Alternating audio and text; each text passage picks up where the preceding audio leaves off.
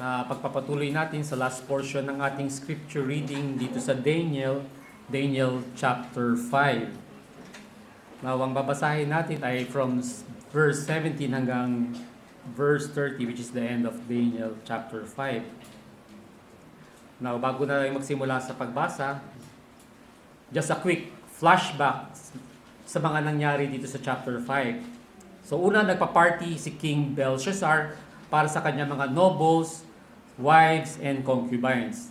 Nang mga lasing na sila, ipinakuha ni Belshazzar yung mga gold at silver cups na galing sa Temple of Jerusalem at ginamit nila sa kanilang inuman.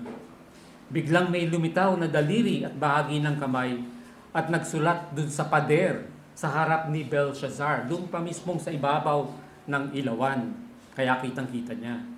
Natakot si Belshazzar at pinatawag yung mga wise men upang i-interpret yung nakasulat doon sa pader, ngunit hindi nila kaya. Lalong natakot si Belshazzar. Nabalitaan ng queen yung nangyari at pinayo tatawagin si Daniel na may wisdom na mula sa Diyos at kayang mag-interpret ng dreams. So dumating si Daniel at tumarap kay Belshazzar. So now let's start reading from verse 17 of Daniel chapter 5. Then Daniel answered and said before the king, "Let your gifts be for yourself, and give your rewards to another. Yet I will read the writing to the king, and make known to him the interpretation. O king, the Most High God gave Nebuchadnezzar your father a kingdom and majesty, glory and honor. And because of the majesty that he gave him, all peoples, nations, and languages trembled and feared before him. Whomever he wished, he executed. Whomever he wished, he kept alive. Whomever he wished, he set up. And whomever he wished, he put down. But when his heart was lifted up, and his spirit was hardened in pride, he was deposed from his kingly throne, and they took his glory from him. Then he was driven from the sons of men. His heart was made like the beast, and his dwelling was with the wild donkeys. They fed him with grass like oxen, and his body was wet with the dew of heaven, till he knew that the Most High God rules in the kingdom of men, and appoints over it whomever he chooses. But you, his son Belshazzar, you have not humbled your heart, although you knew all this. And you have lifted yourself up against the Lord of heaven. They have brought the vessels of his house before you, and you and your lords, your wives, and your concubines have drunk wine from them. And you have praised the gods of silver and gold, bronze and iron, wood and stone, which do not see or hear or know. And the God who holds your breath in his hand and owns all your ways, you have not glorified. Then the fingers of the hand were sent from him, and this writing was written. And this is the inscription that was written: Mene, Mene, Tekel, Upharzin. This is the interpretation of each word. Mene, God has numbered your kingdom and finished it. Tekel, you have been weighed in the balances and found wanting. Peres, your kingdom has been divided, given to the Medes and Persians.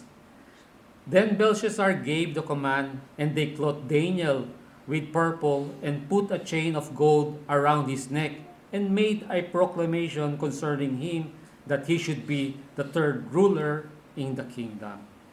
Verse 30, that very night, Belshazzar, king of the Chaldeans, was slain, and Darius the Mede received the kingdom, being about 62 years old.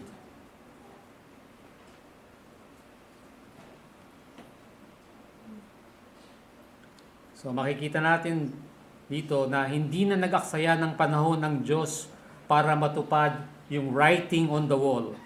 Sa verse 30, and I quote again, that same night, Belshazzar, the Chaldean king, was killed. So Darius the Mede received the kingdom at about the age of 62.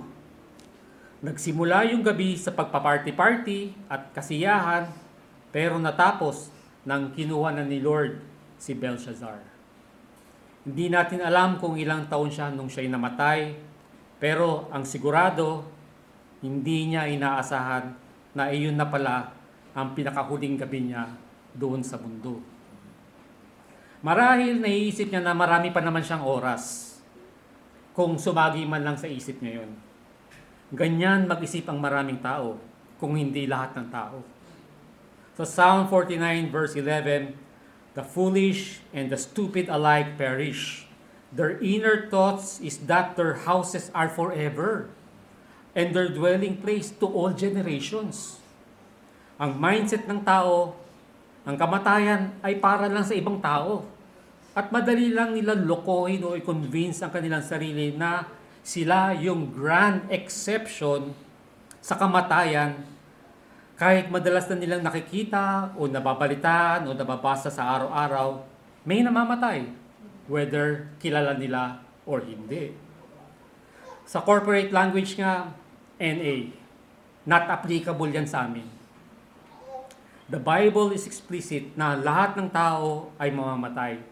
Hebrews 9 verse 27.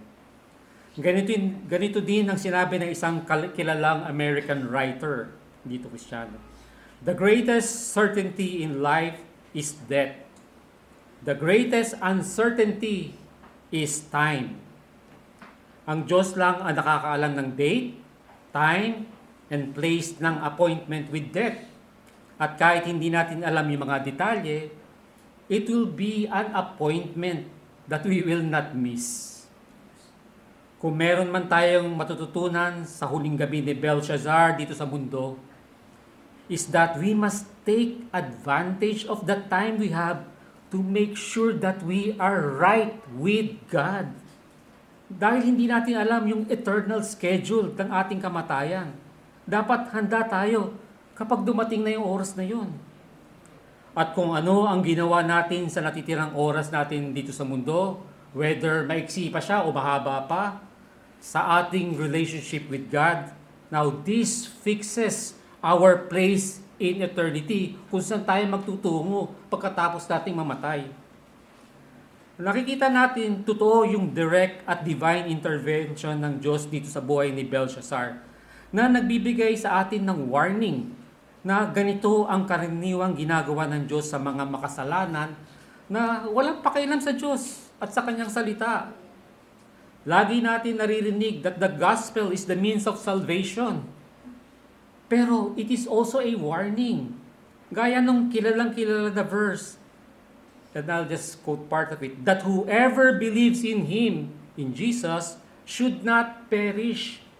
That is a double-edged sword. Paano kung hindi ka nananampalataya kay Jesus? Paano kung hindi mo naman sinukong buhay mo kay Jesus? Pero sabi sa Ecclesiastes 9 verse 1, righteous people, wise people, and their deeds are in the hands of God. Now, ito ang comfort ng lahat ng mga believers. Kaso, ang source of comfort ng mga believers ay siya ding source of concern para sa mga unbelievers na kailangan nilang lumapit sa Diyos at magsisi sa kanilang mga kasalanan bago pa mahuli ang lahat, before it is too late. Pero ito yung habang may buhay pa, may oras pa. Meron pag-asa ang lahat ng tao. Nawa, huwag natin baliwalain yung narinig natin ngayong hapon.